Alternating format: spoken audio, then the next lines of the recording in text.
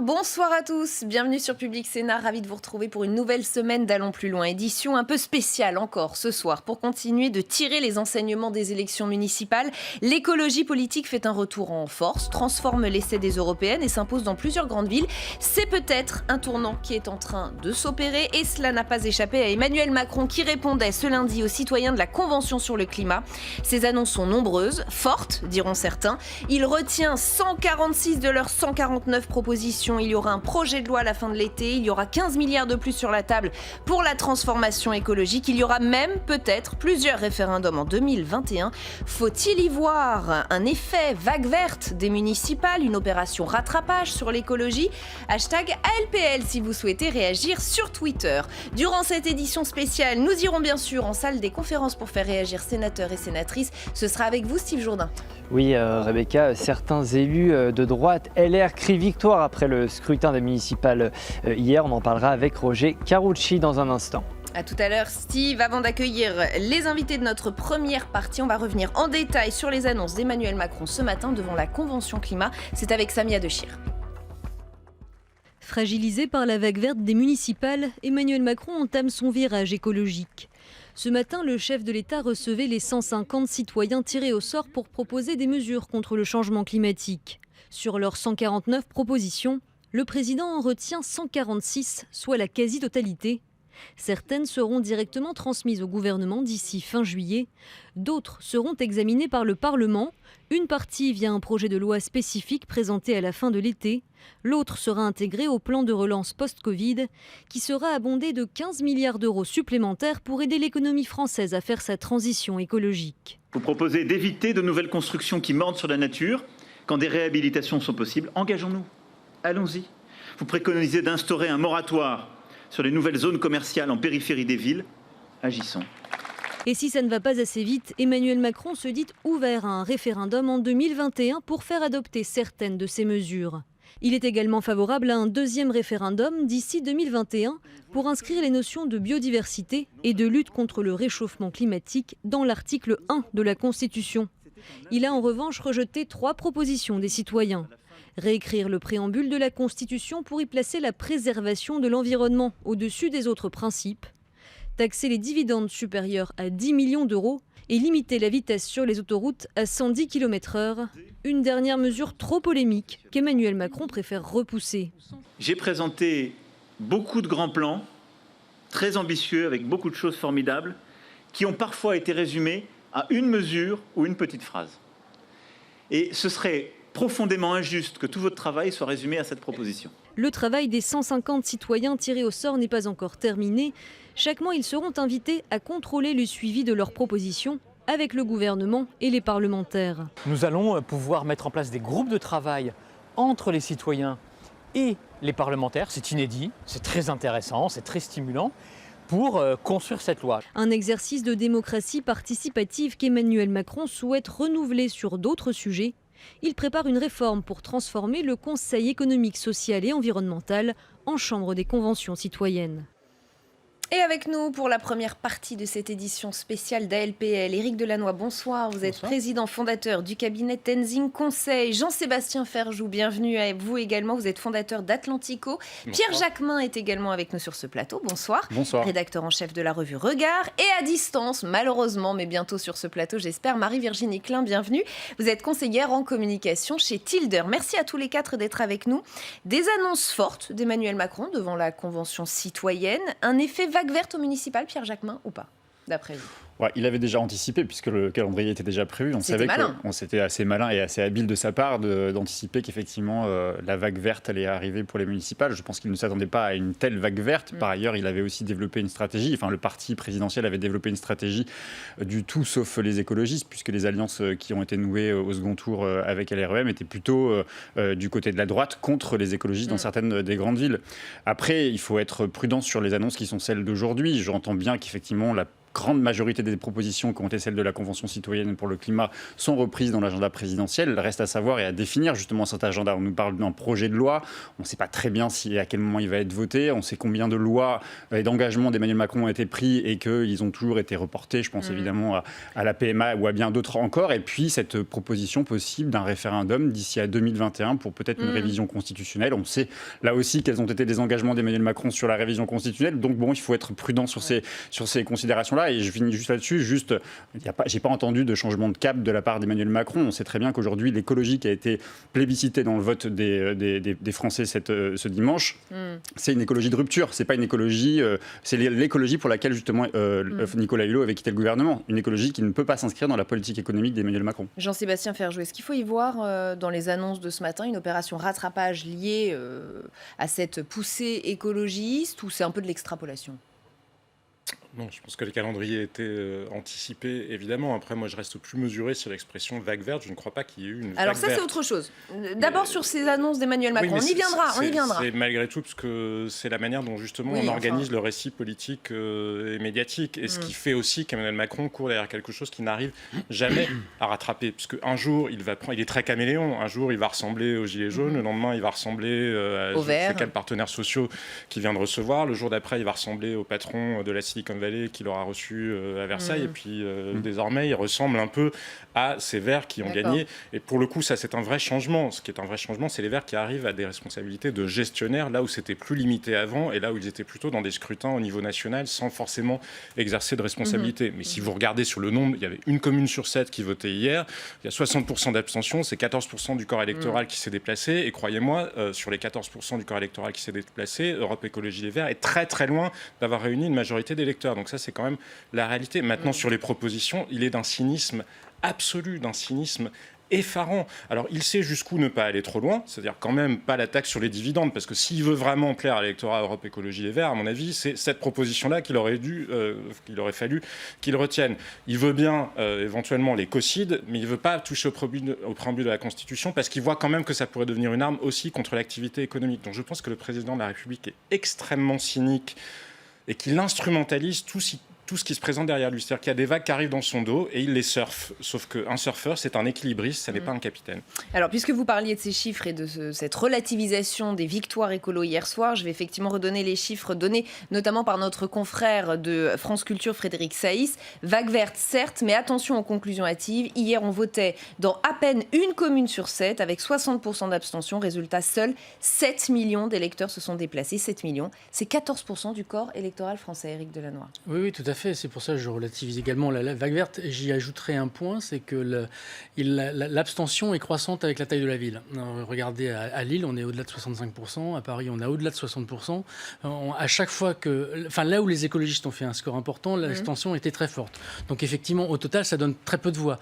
Avec donc des effets qui sont très étranges. Enfin, il faut quand même voir que le maire de Strasbourg a été élu avec 2 fois moins de voix que le précédent maire. Donc, qui représente 13% des inscrits.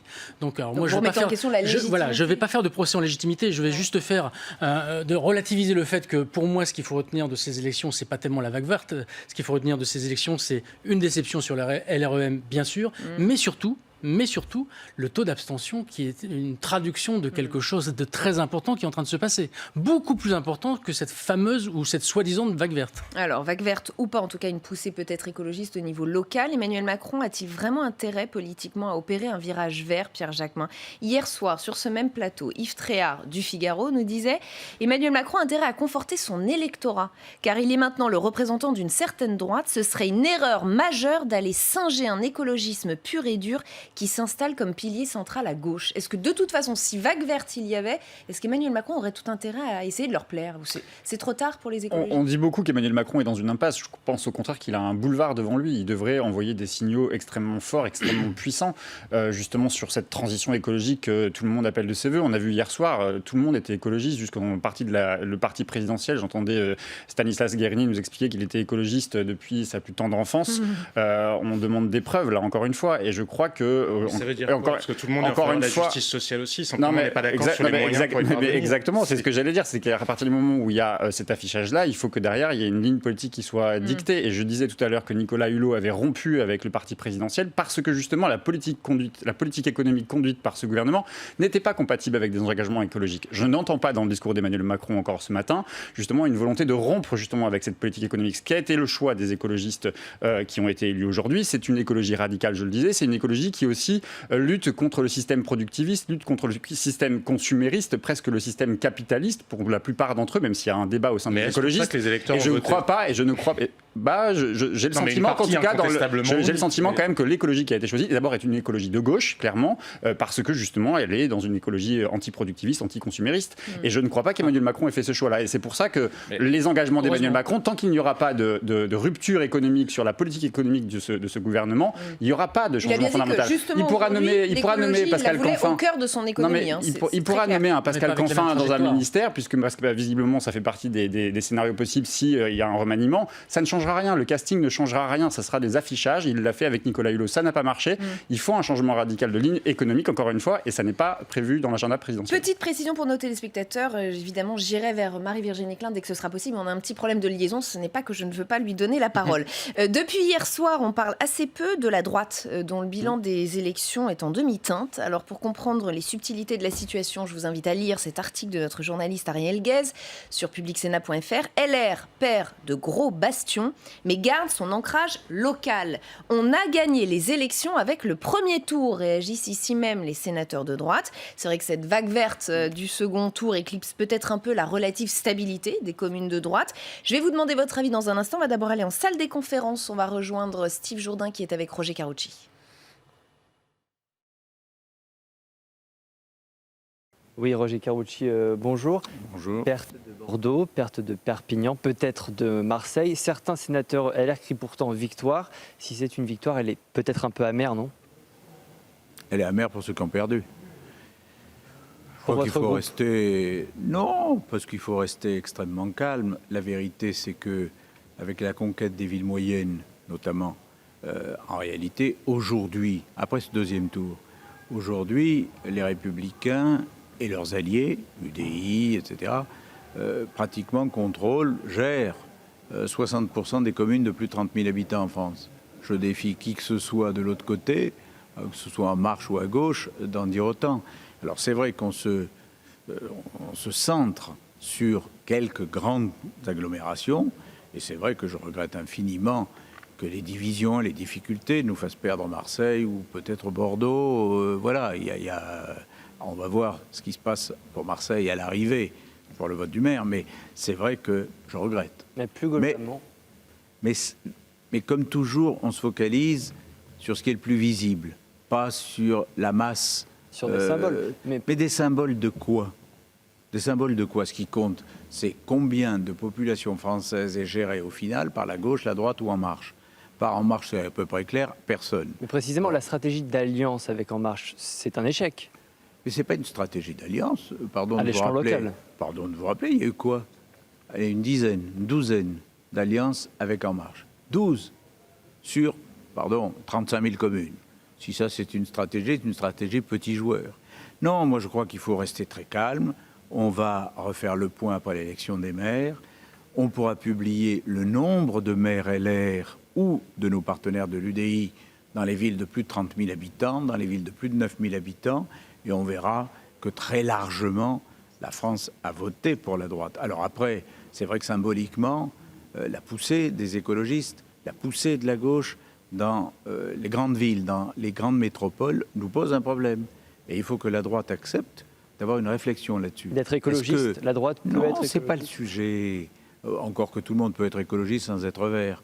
Mais le vrai sujet, c'est de se dire, dans une opinion publique qui, dans les très grandes villes, à Paris comme dans les grandes métropoles, est plus mondialisée, plus tournée vers des sujets qui ne sont pas qu'économiques ou sociaux ou sécuritaires, est-ce qu'il ne faut pas un autre discours pour parler davantage de localisme, de souveraineté, de la manière de retrouver des marges de manœuvre?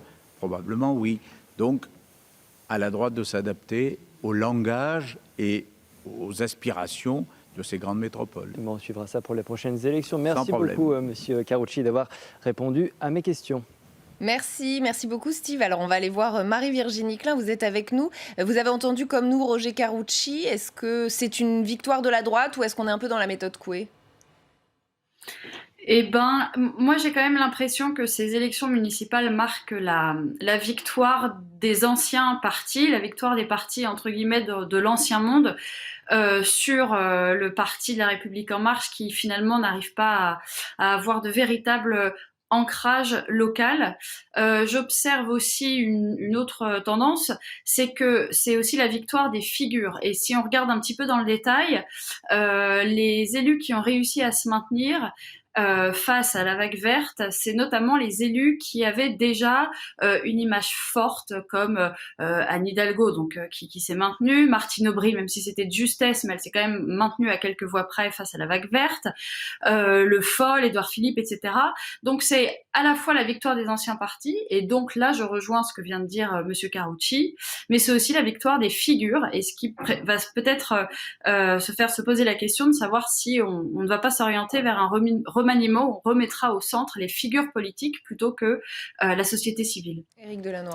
Non, moi je ne suis pas tout à fait d'accord avec ça. Je pense qu'il y avait une prime mécanique au sortant sur ces élections municipales, pour plein de raisons très différentes d'ailleurs, l'éloignement du premier tour avec le deuxième tour. Covid. Comment voulez-vous mobiliser des gens qui n'ont pas vu leur liste retenue pour le deuxième tour, se mobiliser pour un mois et demi après aller revoter? Déjà, ça justifie une partie de l'abstention. Donc il y avait certainement une prime. Et puis les maires avaient fait le job pendant la crise. Les maires en plus avaient fait le job, effectivement, et que donc les élections de 2014 ayant été globalement gagnées par la droite, c'était normal que le mouvement ne soit pas totalement, il y a une certaine forme d'inertie. Donc c'est pas une vraie victoire, quoi. Mais c'est pas une vraie victoire. Quand on voit encore une fois ce taux d'abstention, c'est pas une vraie victoire. Je vais vous donner l'exemple de Perpignan. Le FN se gargarise d'avoir gagné Perpignan. Il faut bien voir que Alliot a été élu avec 15% de nombre de votes de moins qu'il avait eu en 2014 quand il est arrivé deuxième. Enfin, c'est simplement les partis traditionnels n'ont pas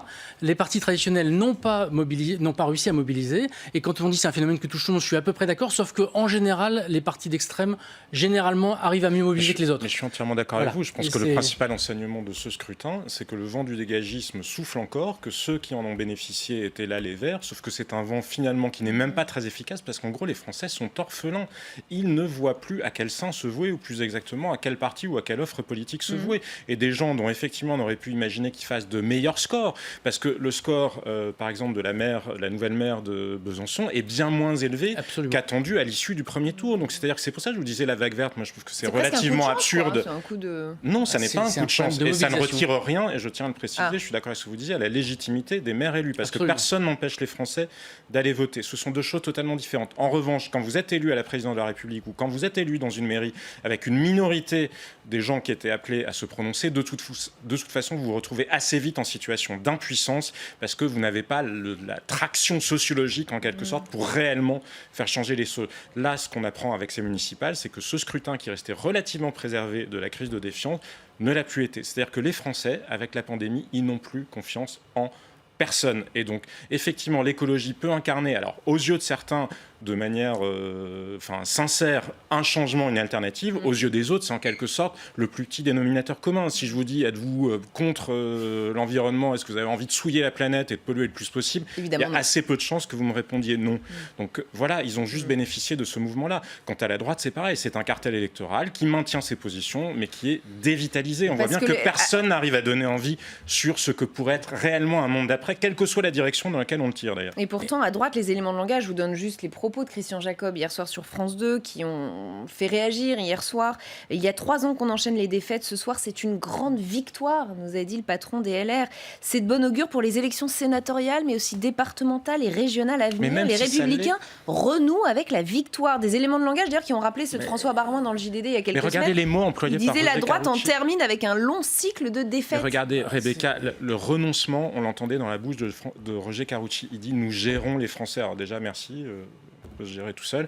On ne peut on va dire, qui gèrent les enjeux qu'on leur délègue. Non mais c'est pas anecdotique parce que c'est juste ça en fait. Ils sont juste dans une prétention gestionnaire, c'est-à-dire une vision sur ce que pourrait être la réinvention de ce monde-là. Parce qu'en 2008, il y a eu une énorme crise et la confiance dans le capitalisme financiarisé, mondialisé, a été très fortement ébranlée chez tout le monde, y compris à droite, et ça explique une partie de la situation LR aujourd'hui. Et en 2020, la technostructure, la confiance qu'avaient les Français dans le modèle social français, le modèle sanitaire français et la capacité de l'État à nous protéger, elle a été très fortement ébranlée. Mais ça, c'est les deux piliers de notre système.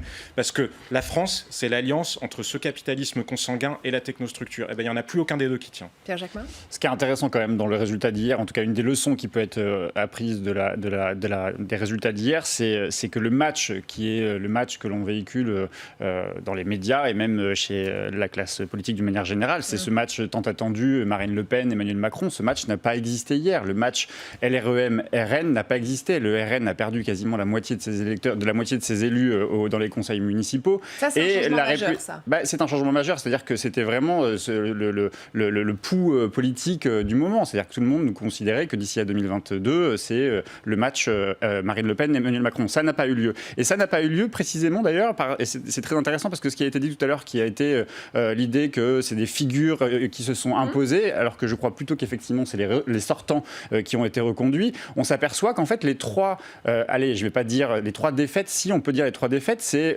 justement sont incarnées par des partis politiques qui sont incarnés politiquement par des hommes ou des femmes politiques. En l'occurrence Marine Le Pen pour le Rassemblement National, Emmanuel Macron pour La République En Marche et Jean-Luc Mélenchon pour la France Insoumise. Trois partis politiques qui ne se sont pas implantés dans les territoires. Et c'est ça la plus grande, je pense, leçon, c'est qu'aujourd'hui on est revenu sur un clivage presque traditionnel gauche-droite. Je pense que l'écologie fait partie de la gauche. En tout cas, l'écologie vainqueur hier, c'est une écologie de gauche et qu'on revient finalement à un fondamental qui est celui d'un clivage traditionnel droite-gauche qui semble justement s'inscrire un peu dans la durée. Éric Delannoy et ensuite Marie-Virginie Klein. Oui, je voulais juste commenter sur LREM. Il faut aussi, pour moi, la grande défaite des LREM, c'est les grandes villes.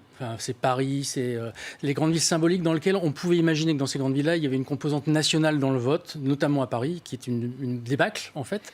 Il faut relativiser sur le reste du territoire. C'est le seul parti aujourd'hui dont c'était la première élection. Quand on voit les Verts, quand on voit le FN, quand on voit LFI notamment, ça fait 20 ans qu'ils essaient de s'implanter. LFI un peu moins, mais en tout cas les autres, ça fait 20 ans qu'ils essaient de s'implanter.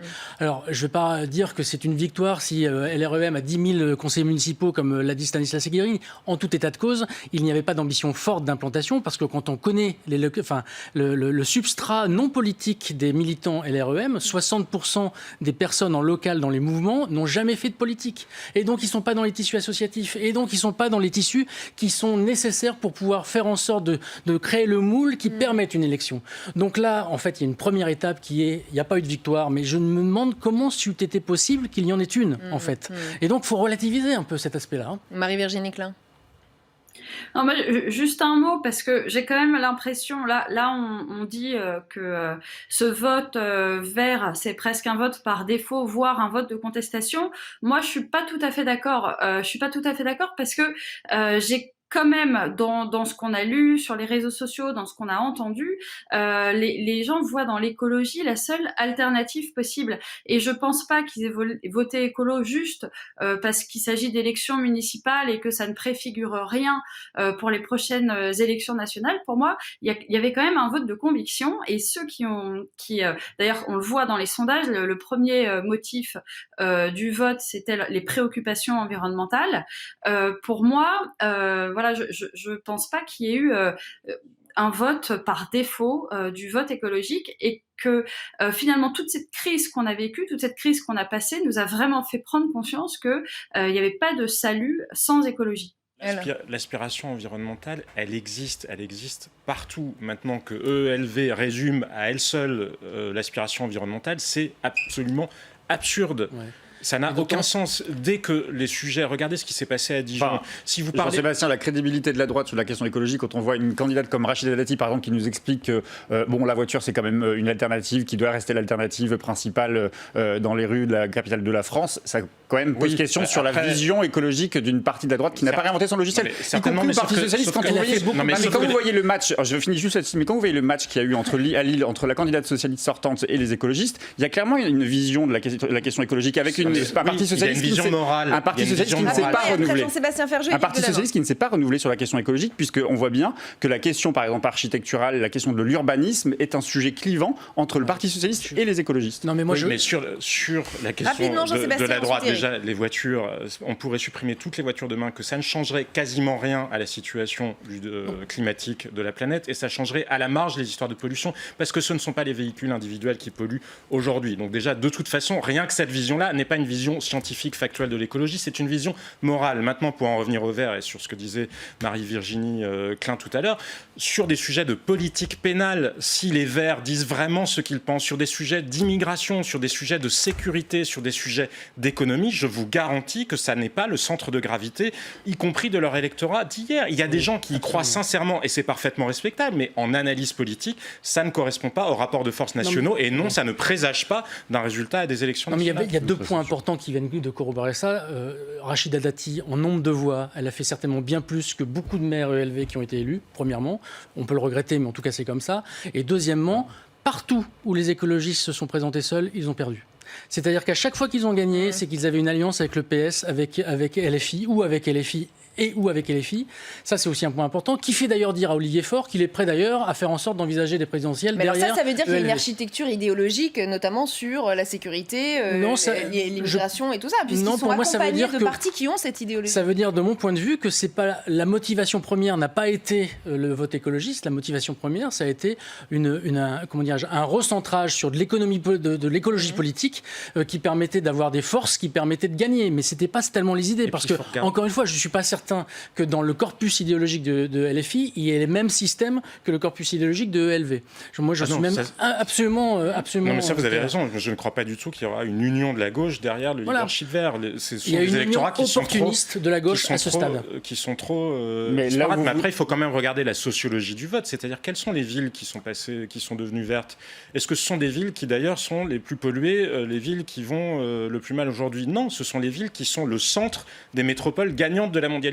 Et ce sont bien souvent des cadres qui vont voter pour ces partis-là. Donc déjà, peut y avoir assez vite une contradiction dans les termes, et d'ailleurs Emmanuel Macron a très bien compris comment jouer dessus, entre les aspirations économiques réelles, parce que quand vous avez des maires qui disent qu'ils voudraient interdire le tourisme d'affaires et les congrès dans un certain nombre de villes, quand on va voir l'impact direct sur les emplois, encore plus dans une période de crise, je pense qu'une partie même de l'électorat ELV va se poser des questions. Encore une fois, il y a un cœur de militants que ça ne dérangera pas, et même ils y adhéreront. Mais il y a les autres, d'un seul coup, ils vont découvrir, parce que cette élection, et vous le rappeliez, elle s'est tenue dans des conditions extrêmement étrange, c'est quand même ça qui s'est joué. Et donc la sociologie du vote, on ne peut pas en faire abstraction. C'est une nouvelle guerre des classes qui se met en place, mine de rien, puisque tout se détermine désormais par rapport à votre adresse, votre diplôme et votre niveau de revenu. Est-ce que ça peut donner une indication pour la suite, pour les prochaines échéances électorales? Je me suis amusée à regarder un peu dans les archives des élections, des scores municipales, puis des scores présidentiels.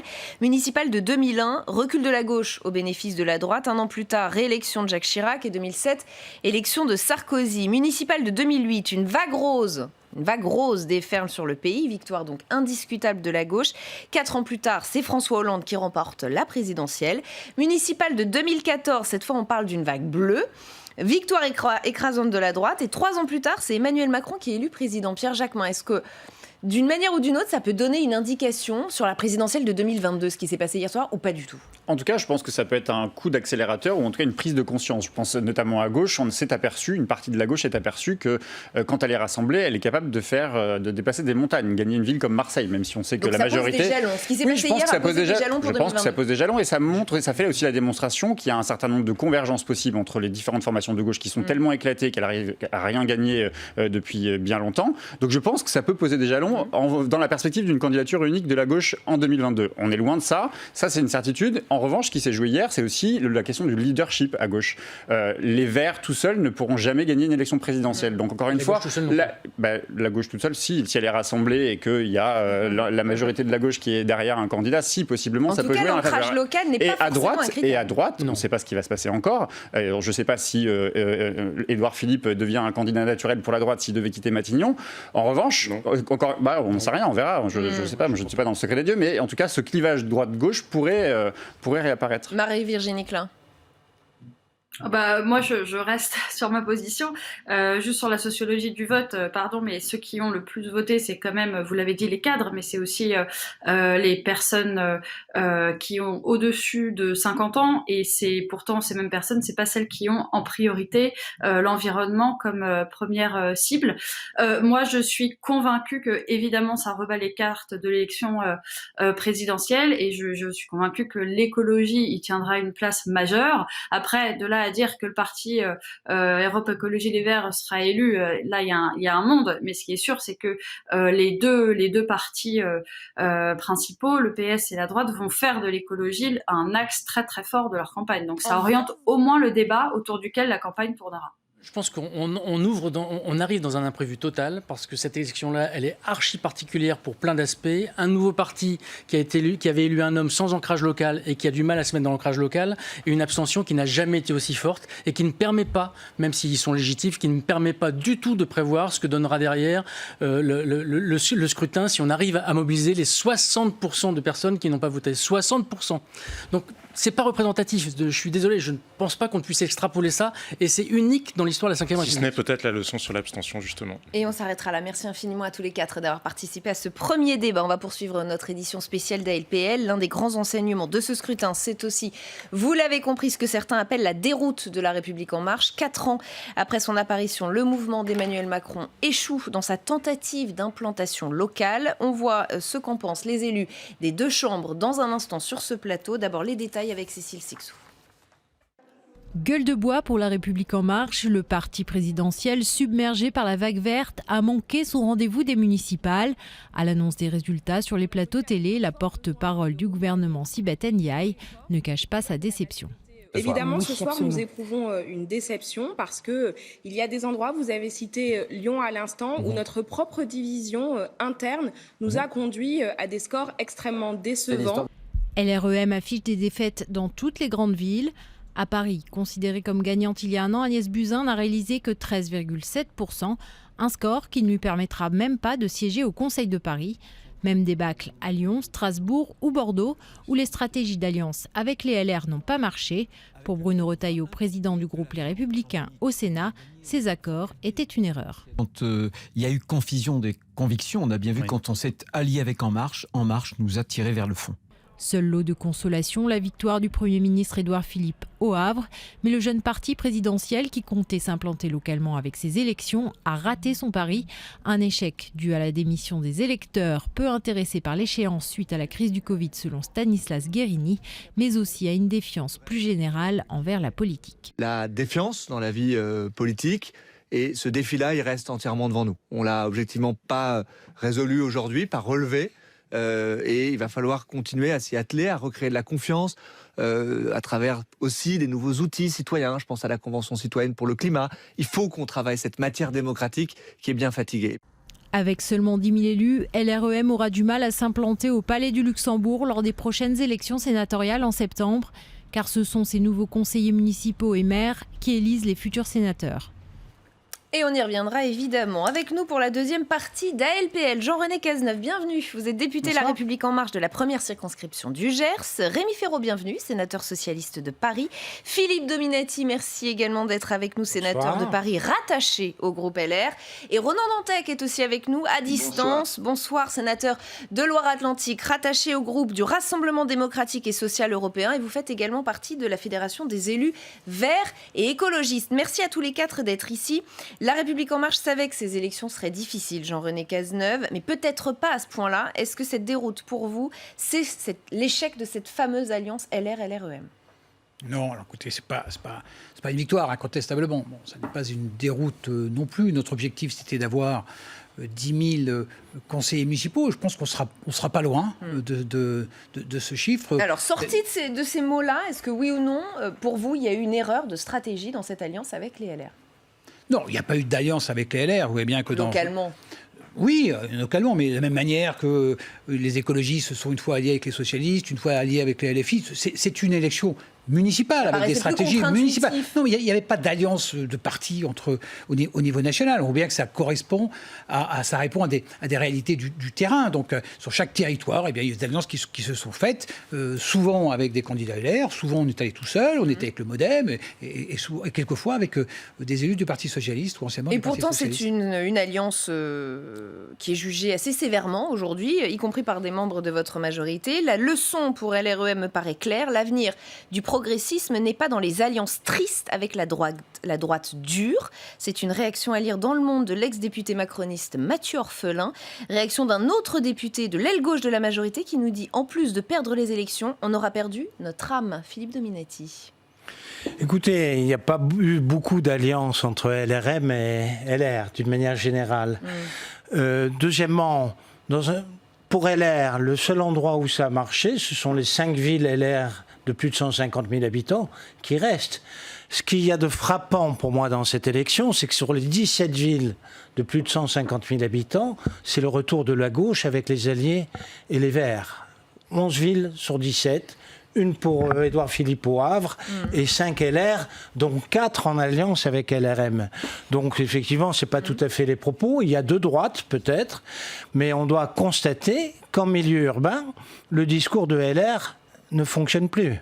Et moi, je suis d'hiver droite et je suis agacé d'avoir à le dire élection après élection, et notamment à Paris, parce qu'à Paris, à mes yeux, la municipalité n'avait pas un bilan fantastique, les oppositions semblaient être majoritaires, et c'est la tactique des partis politiques qui a empêché un vrai débat et qui a fait un véritable succès à la maire sortante, incontestablement, qui a réussi tactiquement à profiter de ces dissensions. Et Rémi Fureau, je vous laisse répondre, bien sûr.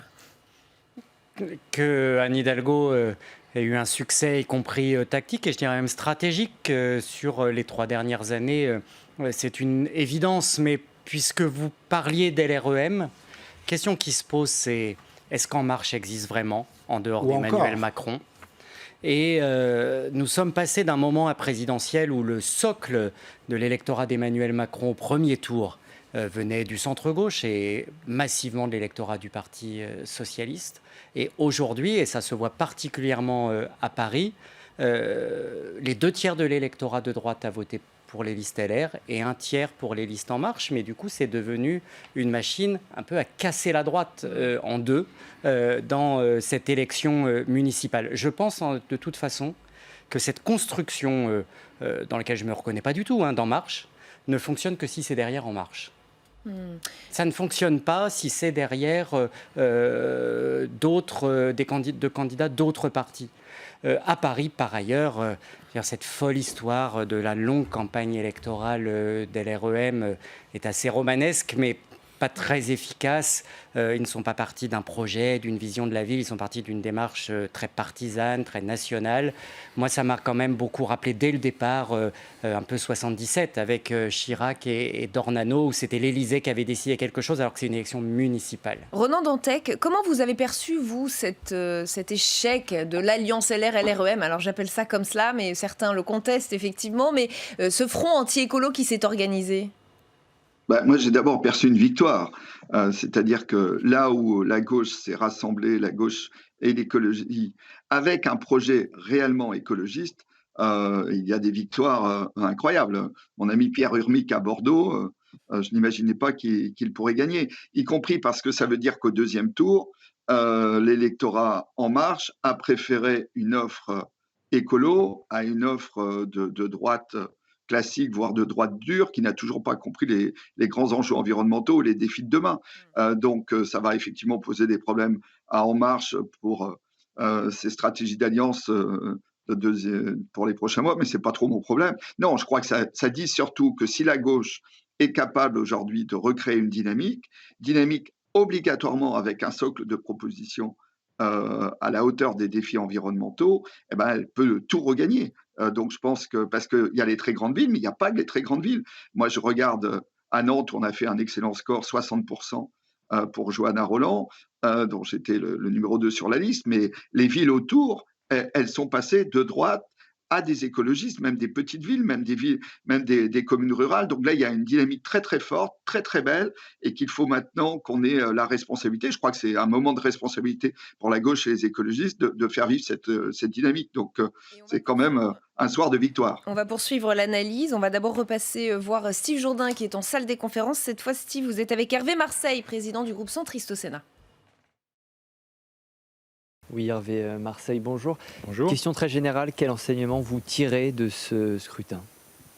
Sûrement les mêmes que vous, c'est-à-dire qu'on note beaucoup d'abstention, ce qui est quand même inquiétant sur le plan démocratique. Ce n'est pas la première fois, parce que l'abstention est quand même de plus en plus présente dans les différents scrutins. Et si vous vous souvenez, par exemple, du deuxième tour des élections législatives de 2017, il y avait déjà eu énormément d'abstention, autour de 42% uniquement de participation. Mais justement, dans votre département, c'est 40%, je crois. Oui. Ça vous inquiète ? Comment vous l'expliquez ? Je crois que d'abord, contextuellement, le fait que le deuxième tour se soit baladé depuis le 15 mars était déjà troublant pour les électeurs. Pendant des semaines, après le confinement, on n'a pas su quand était ce second tour. Et puis je pense que beaucoup de personnes, notamment d'électeurs âgés, étaient inquiets des conditions. Songez qu'il y a encore quelques jours, ici au Sénat, on nous faisait travailler sur un texte prorogeant l'état d'urgence, il y a à peine une semaine. Donc je crois que tout ça est quand même des conditions de confusion qui ont fait que les gens ne savaient pas qu'on votait, quoi. Il y avait du soleil, les gens sont sortis, ils avaient envie de vivre après cette période de confinement. Ils étaient en province, dans les forêts, sur les plages, et on voit d'ailleurs les photos et les films, les vidéos à la télévision qui montrent qu'il y avait beaucoup de monde dehors, mais pas dans les bureaux de vote. Donc beaucoup d'abstention, ce qui est d'un point de vue démocratique inquiétant.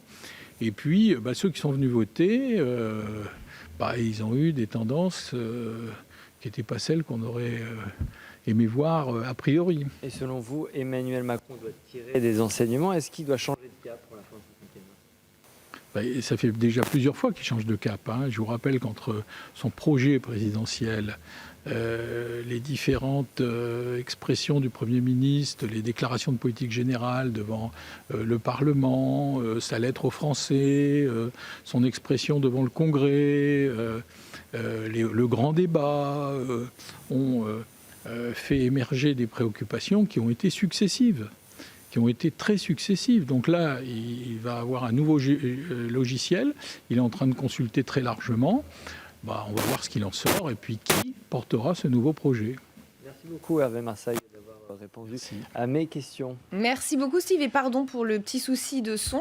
Jean-René Cazeneuve, est-ce qu'il doit changer de logiciel, Emmanuel Macron ?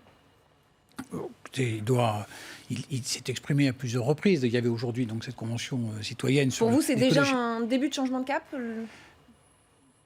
C'est un pragmatique, le président de la République. Donc, on connaît les fondamentaux de notre politique. Il doit s'adapter à cette nouvelle donne. Et moi, j'entends les nostalgiques du clivage gauche-droite et cette élection sera en train de nous dire ça y est, c'est le retour de la gauche. Non, je ne crois pas. Je crois qu'il y a une émergence des Verts, c'est évident. Mais ceux qui veulent classer les Verts systématiquement à gauche se trompent et se tromperont comme les écologistes se trompent depuis des dizaines d'années. Donc c'est un mouvement qui dépasse absolument les clivages gauche-droite. Et donc on a vu les écologistes quelquefois avec la gauche, de nombreuses fois avec la gauche, quelquefois contre la gauche. Et ils ont fait dans ces cas-là aussi d'excellents scores. Donc cette angoisse pour les Français par rapport au changement climatique, je crois qu'il s'est traduit dans ces élections, et nous on doit le traduire dans notre travail législatif pour les 2 ans qui nous restent. On a fait beaucoup, il faut absolument accélérer.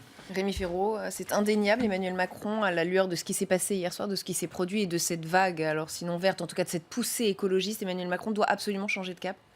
Oui, il doit absolument changer de cap, mais je pense qu'il n'en changera pas. Et changer de logiciel, c'est bien beau, mais il faut aussi avoir des convictions. Je pense que, vous parliez de Paris, dont je suis l'élu, si Anne Hidalgo a obtenu cette victoire, c'est parce qu'elle a été très écologiste elle-même depuis très longtemps. Constante. Et cohérente. très cohérente, mais aussi très profondément convaincue, y compris lorsque dans son mandat, ça lui a causé des difficultés, parce qu'il y avait des mesures, on pense à la piétonisation des voies sur berge, qui étaient contestées par une partie des Parisiens, et cette contestation était très relayée. Mais elle en a bénéficié arrivée au scrutin, parce qu'elle a bénéficié elle-même de cette vague Donc il faut un peu écologiste. forcer les choses pour être écologiste. Si le président de la République en reste au discours d'intention écologiste, mais chaque fois que les mesures qui doivent être prises vont à l'encontre de tel ou tel lobby, on ne change pas de logiciel. Et je pense... Par exemple, quelle mesure a été prise qui illustre ce que vous venez de dire ? Quelle mesure n'a pas été prise, plus Non, exactement. mais vous dites qu'on a changé de mesure en fonction de lobby. Expliquez, donnez un exemple, ça m'intéresse. Un exemple ? Sur le soutien à l'automobile et la volonté de sortir et du diesel et de l'essence beaucoup plus rapidement, par exemple. L'inscription... Il fallait quoi ? Il fallait laisser mourir Renault, c'est ça votre idée ? Absolument pas. Mais justement, à partir du moment où on met... Soit on laisse mourir Renault, soit on ne lui met pas davantage de contraintes. L'aspiration écologiste est extrêmement forte et ça n'a vraiment pas aidé les candidats En Marche au municipal. C'est justement sortir de... C'est évidemment que c'est difficile quand on est au pouvoir, je le sais bien. Socialistes y ont été aussi. Mais le volontarisme écologiste, aujourd'hui, je ne le vois pas chez le président de la République. Peut-être nous surprendra-t-il. Et pourtant, il au mois de juillet. Est-il en train d'opérer ce changement ? Je voudrais juste votre avis sur sa réponse aux citoyens de la Convention Climat ce matin. Il n'exclut pas plusieurs référendums pour avancer. Alors vous me direz si c'est suffisant ou pas. Surtout si vous, parlementaires, n'allez pas assez vite. C'est un peu en substance le message qu'il a donné ce matin. On l'écoute et je vous fais réagir après. Sur l'ensemble de vos propositions, vous avez souhaité qu'elles passent par le Parlement. Je vous ai dit que c'est ce que nous allons faire avec ces groupes de travail et ces textes de loi. Mais si les choses ne devaient pas avancer assez vite, dans le cadre du suivi auquel je veux vous associer, et si nous pensons que c'est pertinent, je souhaite laisser ouverte la possibilité, en 2021, de procéder à un référendum avec plusieurs questions et y attacher les textes, pour que dans le cadre de l'article 11 de notre Constitution, nous puissions décider d'un référendum. Philippe Dominetti, comment vous percevez ce message ? On a le sentiment qu'Emmanuel Macron dit en gros, moi j'aimerais bien aller beaucoup plus vite, beaucoup plus fort, mais il va falloir que ça passe par le Parlement. Écoutez, si ça ne va pas assez vite, je passerai même par le référendum. Moi, j'ai eu, en tant que parlementaire, connu l'action de 4 présidents de la République. Le Parlement n'a été aussi peu sollicité que par Emmanuel Macron, parce qu'il y a beaucoup de déclarations d'intention, de consultations préparatoires ou préliminaires, mais jamais on va jusqu'au bout des réformes. Ça fait 3 ans que le chef de l'État est là, que ce soit la collectivité parisienne, c'était urgent, en 4 mois on allait voir ce qu'on allait voir, il ne s'est rien passé en 3 ans, réforme des retraites, réforme de la Constitution, on avait déjà parlé d'un référendum. Je crois que le chef de l'État perd un peu pied. Et pour moi, la meilleure preuve, c'est le second tour des municipales. C'est honteux d'avoir fait le second tour des municipales le 28 juin, avec des villes comme Nice où il y a 28% de participation. Paris s'en sort plutôt pas mal en termes de participation, mais lorsqu'on voit la faible participation, c'est en réalité insultant pour les collectivités territoriales. Si on tenait compte effectivement de la réalité, de l'attachement entre le citoyen et le maire de sa commune, c'est le seul moment intéressant. On a bâclé ces municipales. Je comprends très bien au premier tour, il y avait l'urgence, il y a vraiment quelque chose d'exceptionnel. Mais on ne fait pas la même faute au deuxième tour parce que le chef de l'État a envie de se débarrasser des municipales au plus vite parce qu'elles ne lui sont pas favorables. Et dans le même temps, il consulte pour savoir s'il ne va pas retarder les régionales. Il faudrait qu'il reprenne véritablement conscience d'un dialogue avec le peuple qui, pour l'instant, il a perdu. Et on le sent très bien. On parle d'un remaniement ministériel et on ne sait pas quelle va être la couleur de ce futur gouvernement. Avec qui ? Avec quel chef d'équipe ?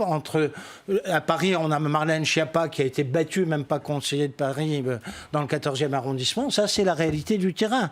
Il y a les déclarations et puis après, il y a le terrain. Et il faudrait un peu plus de gens de terrain, je dirais, dans la majorité présidentielle pour faire prendre conscience au chef de l'État de revenir aux préoccupations des citoyens. Et vous, Ronan Dantec, comment avez-vous perçu les propos du chef de l'État ce matin devant les citoyens de la Convention Climat et notamment cette allusion au fait que ça n'irait peut-être pas assez vite au Parlement et que du coup, il passerait par un référendum ? Alors, tout d'abord, rappelez quand même que l'écologie, c'est d'abord plus de solidarité, plus de redistribution et plus de régulation économique. Donc, c'est une pensée qui s'inscrit dans la tradition des pensées de la gauche. C'est que c'est normal qu'il y ait dynamique entre les écologistes et la gauche et que ça ne soit pas avec la droite libérale. C'est tout à fait inévitable et aucune droite libérale n'a démontré son efficacité sur les grands enjeux environnementaux nulle part dans le monde. Mais je crois que le chef de l'État était assez ambigu ce matin. Et il y a des choses, il y a notamment cette idée quand même d'une loi, enfin, d'une loi sur le climat en septembre prochain. Et là, j'espère que les parlementaires prendront toutes leurs responsabilités. Donc, je note les cris d'amour pour l'écologie des uns et des autres et j'espère que ça sera donc traduit par beaucoup, beaucoup d'ambition. J'ai un petit doute, mais on verra.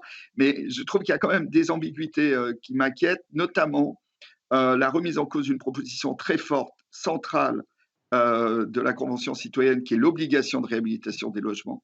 Parce que là, il y a 30 à 40% des émissions de gaz à effet de serre françaises. Et s'il n'y a pas d'obligation, on n'y arrive pas. Alors là, on a senti le chef de l'État extrêmement prudent. En fait, dès qu'il s'agit d'être un peu dans la contrainte, il y a beaucoup, beaucoup de prudence du chef de l'État. C'est comme ça depuis 3 ans. On l'a vu aussi sur le glyphosate. On va très loin dans les mots, puis après, dans les faits, on va moins loin.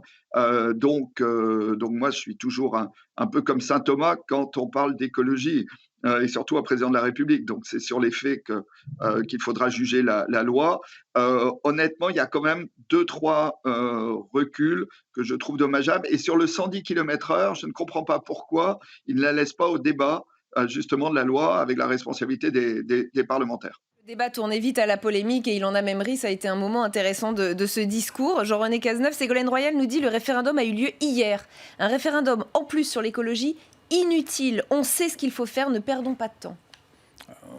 Ça n'est pas incompatible. Moi, je suis toujours surpris que quand on a une innovation d'un point de vue démocratique particulièrement importante en ce moment. Le message de ces élections, c'est quand même d'abord, hélas, un message d'abstention. Il ne faut quand même pas l'oublier. Tous Donc les pour vous, élus la méthode de doivent la le Convention savoir. citoyenne, c'est déjà oui, c'est innovant. Déjà une réussite, maintenant qu'on revienne, on commence à... ils n'avaient pas encore conclu leurs travaux, qu'on les a traités tous les noms, que ce n'était pas des mesures importantes, c'était des mesures secondaires, qu'on le savait, etc. Ce mépris pour cette nouvelle forme de démocratie, je le regrette. Bon, il en annonce d'autres, d'ailleurs, des conventions citoyennes sur d'autres sujets. Mais bien sûr, donc je pense il est allé quand même assez loin. Il a pris sur les 149 mesures, il en a pris 146 qu'on va porter. Il a donné un timing très serré, vous l'avez souligné, en disant effectivement aux députés et aux sénateurs, dépêchez-vous, il a raison. Donc oui, on a engagé déjà beaucoup de choses. Le message d'hier, c'est une accélération. C'est trop simple de dire ce qu'il faut faire. Oui, il n'y a pas de trivialité, parce qu'il y a quand même un équilibre à avoir, on le sait tous, entre le développement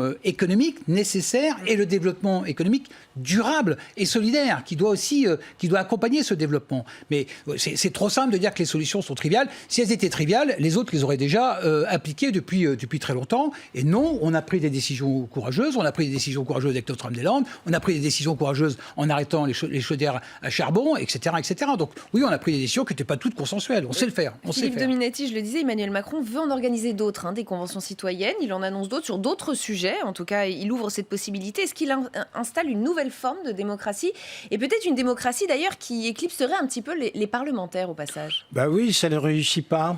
Il avait des ambitions pour les municipales et finalement, ils n'ont pas réussi d'implantation locale. Le Parlement, son groupe se coupe en 3. Je comprends qu'il ait besoin de chercher d'autres interlocuteurs. Mais pendant ce temps-là, l'horloge pour la France tourne. Les Français ont des préoccupations. Il y a une situation économique qui est grave. Je ne parle évidemment pas de la situation sanitaire, un certain nombre de choses. Ça fait 3 ans qu'il est au pouvoir. Il passe son temps à chercher d'autres formes de participation démocratique. Mais il a qu'à déjà prendre et utiliser celles qui existent, c'est-à-dire un respect du Parlement, ce qui n'est pas toujours le cas, en tout cas avec le Sénat. Deuxièmement, les municipales en tirer les leçons. C'est quand même le premier chef d'État qui ne tire pas de leçons des municipales en disant « c'est un scrutin local qui me concerne peu ». Il est battu dans toutes les grandes villes, il est battu pratiquement partout. Toutes les majorités sont battues, vous le savez, systématiquement le seul aux élections succès, c'est au Havre. Y compris les LR. Pardon ? Donc, toutes les majorités sont battues au municipal, vous le savez très bien. Oui, mais là, dans des proportions inégalées. Je suis désolé, parce que même les villes qu'il avait, il n'y en a plus. Les alliés, mais voyons ce que c'est depuis le début du septennat. Maintenant, c'est un grand virage écologiste. Mais où est passé M. Hulot ? C'était l'un des premiers au gouvernement. On allait voir ce qu'on allait voir. Oui, il est passé. Il n'est plus là. Et c'est en permanence, à chaque fois. on crée de l'événementiel, mais on ne demande pas au chef de l'État de faire que de l'événementiel. On lui demande de gérer un certain nombre de cas concrets.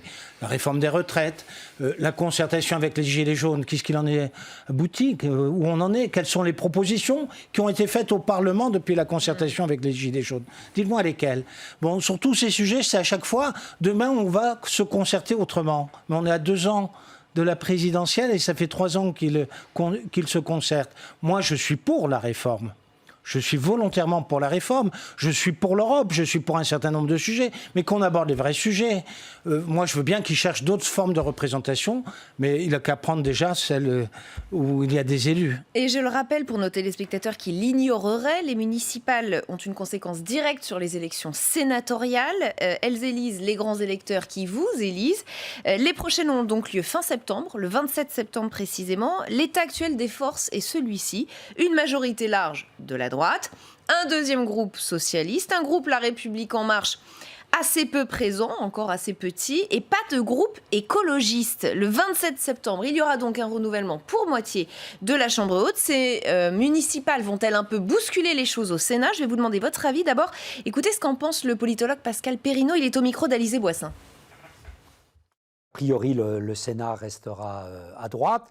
Il y aura peut-être des changements d'équilibre interne à la fois au sein de la gauche sénatoriale, au sein et peut-être à de moindres degrés de la droite sénatoriale. Il faudra regarder attentivement entre les LR et leurs alliés centristes, si les alliés centristes ne pâtissent pas parfois d'assez mauvaises performances. Quand on pense par exemple à un parti comme l'UDI, qui ici et là a connu de profondes difficultés, mais LREM qui comptait profondément perturber, une fois de plus, la scène sénatoriale, restera un groupe relativement marginal. Ronan Dantec, à l'issue de ces sénatoriales, vous l'espérez, le retour du groupe écologiste au Sénat? Je pense qu'il y aura un groupe écologiste au Sénat. Je vous rappelle qu'en fait, il y a 3 ans, il nous a manqué 2 personnes pour avoir un groupe. Là, les victoires à Bordeaux, à Marseille, à Strasbourg, beaucoup de villes moyennes qui basculent, je pense au Finistère.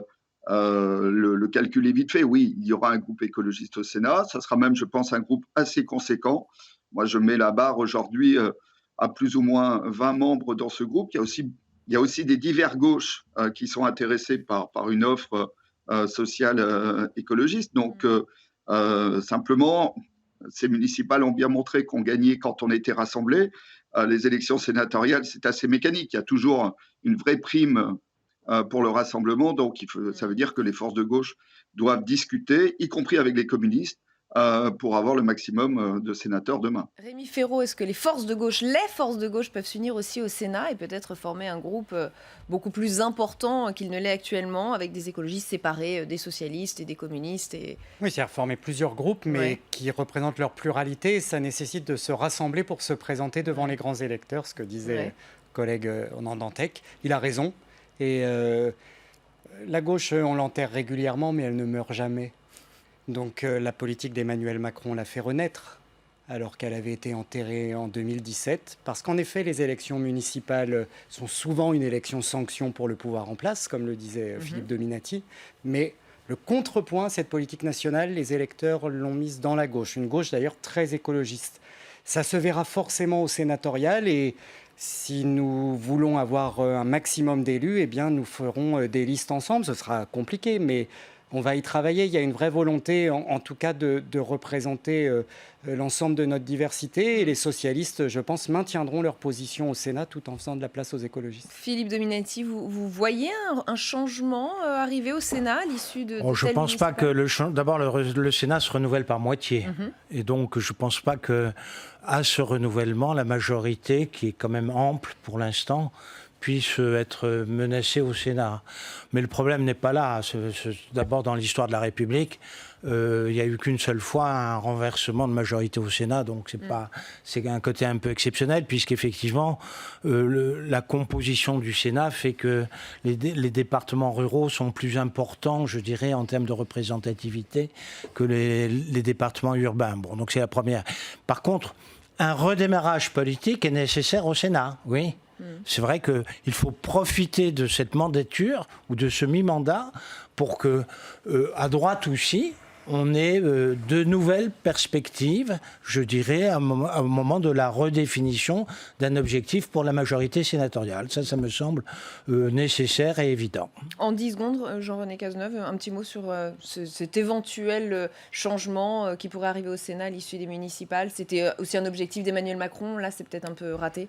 On va voir. Je pense que, je veux dire, si les écologistes arrivent, ils ne vont pas le faire au détriment des sénateurs de La République En Marche. Ils sont déjà peu nombreux, vous le savez. Donc, moi, je ne peux pas écouter que à la fois les socialistes, les écologistes et les LR aient gagné cette élection et les RN aient gagné cette élection. Il y a quand même un problème. Il y a quand même un problème quelque part. Moi, j'ai l'impression que les écologistes sont en train de supplanter les socialistes sur l'échiquier et probablement que ce groupe, s'il se fait, se fera au détriment. Je vais peut-être juste saluer très rapidement. Oui, je voudrais saluer les élus. Quand même. On a parlé du blues des maires il y a 2 ans, souvenez-vous, c'était ça le sujet. Ils se sont massivement représentés et ils ont été massivement réélus et c'est tant mieux, on a besoin de leur engagement. Et la crise Covid a été très difficile pour eux. Merci infiniment à tous les 4 d'avoir participé à ce débat. On se retrouve demain à 22h. En attendant, dans un instant, audition publique. L'invité ce soir, Bruno Retailleau, patron des sénateurs LR. Et puis demain, l'invité de Bonjour chez vous sera Aurélien Pradier, député du Lot, secrétaire général des Républicains. Très bonne soirée sur Public Sénat.